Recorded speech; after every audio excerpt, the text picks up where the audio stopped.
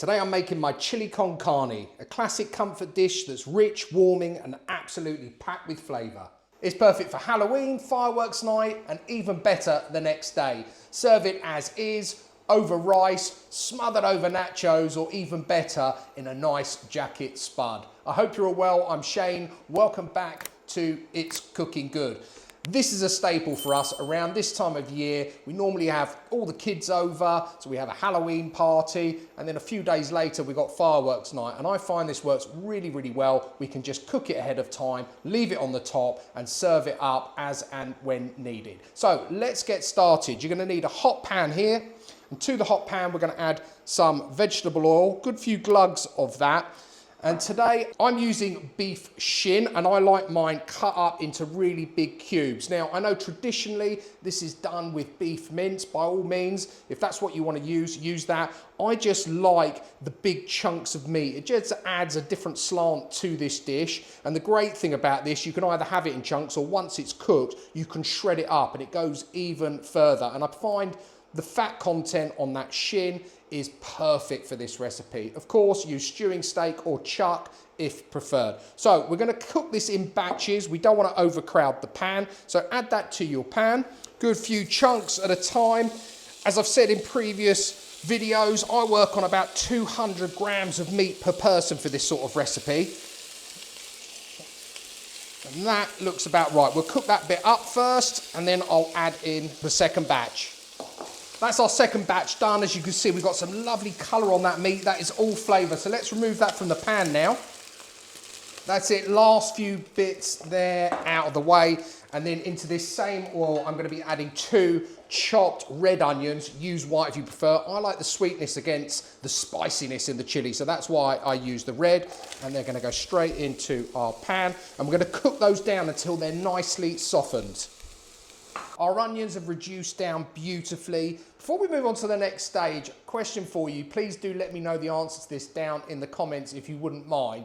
We've been having a discussion here today. I remember when I was a kid, so I'm talking 70s, early 80s, you used to be able to buy indoor fireworks. They used to come on like a cardboard pack and you get like 12, maybe 15 little fireworks. You'd have to put them on a plate. One of them was like a tablet, you'd light it and then it would go into like an ash poo or something. I'm not sure if I can say that or not.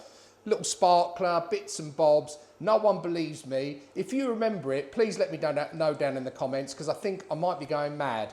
Anyway, back to the onions. Let's have a look at these. As you can see, they are nicely softened and that has released loads and loads of sweetness out of those, which is going to be perfect for our dish. So now let's start to build up the flavour of the sauce. Into that, 3 garlic cloves, which I've just chopped, and 1 red chilli, fresh red chilli. I have deseeded it, the kids are eating this, and I just want to cook these out for about 30 seconds to a minute.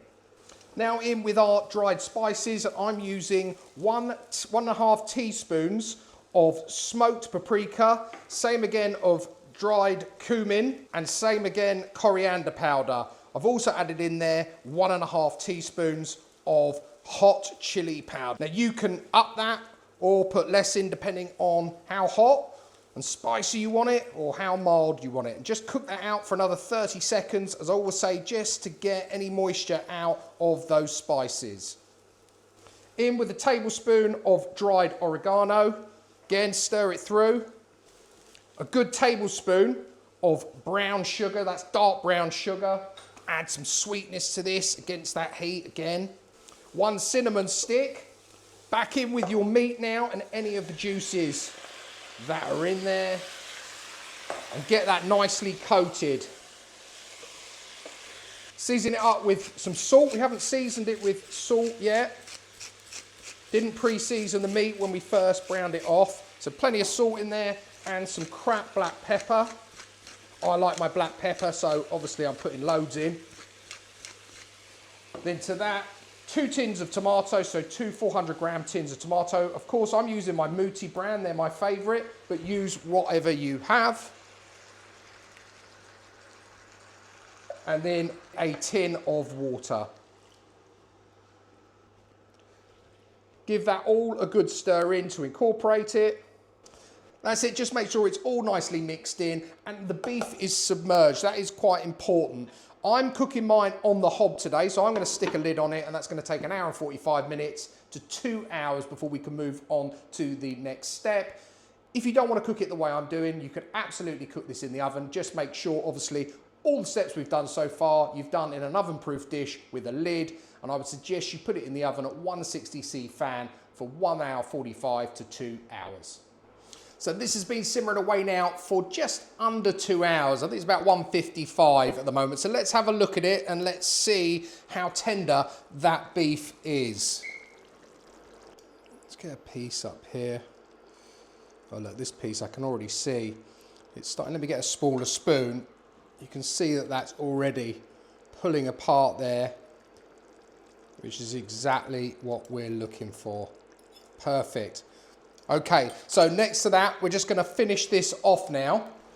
The all-important kidney beans, and I appreciate kidney beans. It's not everyone's cup of tea. Some people find the skins a bit tough. I personally like them, but if you don't, just replace it with something like a butter bean would work perfectly well. And these are actually one of your 5 a day. I read it on there. These are full of protein. So we're going to get those in there.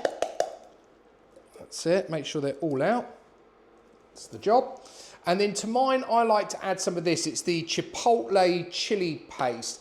I've seen it in pretty much every supermarket, and this stuff is lovely. It's going to add a really nice extra smokiness to this chili con carne. I'm going to go with loads, but a good teaspoon for the amount of meat that we've got in there. And just stir that through, and we're going to let that cook now for a final 15 minutes uncovered. Okay, we are done here. That's had its final 15 minutes. So in total, that meat took roughly 2 hours, 10 minutes to cook. Obviously, depending on your oven, depending on your hob and how quickly you're cooking it, etc., it might take slightly longer, might take slightly less. Just keep an eye on it. And what you're looking for is that tenderness in that beef.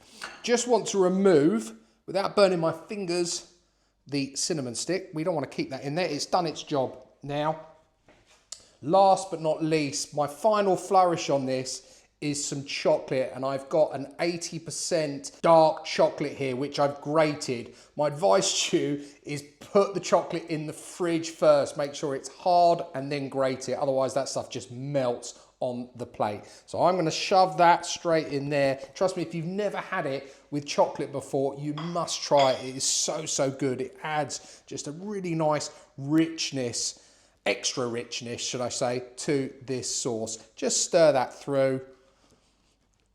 And that is us done. And the smell, it is absolutely wonderful. At this stage, if you want to shred the beef, I mentioned it at the start of this video, if you want to shred the beef, you can go in there, shred that up. Obviously, it will go further. I like it being chunky, but whatever your preference. So let's dish a little bit of this up for me to try now. Get a little bit into a bowl here, just for me. A couple of bits of those beef and some of those kidney beans. And then, like all of us, I like the condiments on top of my chili. And normally when we serve this up and people are over, I have them all laid out. You've got your creme fraiche or sour cream, whichever you prefer, your cheese, etc., etc. So I like to go in with a little bit of coriander, a dollop of creme fraiche, just on the top there, and a little bit of cheddar cheese. Oh, I think cheddar cheese works really, really well with chili con carne. And that is it. And obviously, some people like guacamole. I'm not a big fan, but that goes perfectly with it too. And obviously, as we mentioned earlier, it could be your rice, your nachos, or your spud. If you find that needs sweetening down now, if you've put a bit too much spice in, it's a bit too hefty, you can add some honey, and honey works really, really well. But I think this should be sweet enough because of that brown sugar we added at the start. So let's give it a try. Let's see how we've done. Get a bit of that beef, a bit of the creme fraiche, a bit of everything really.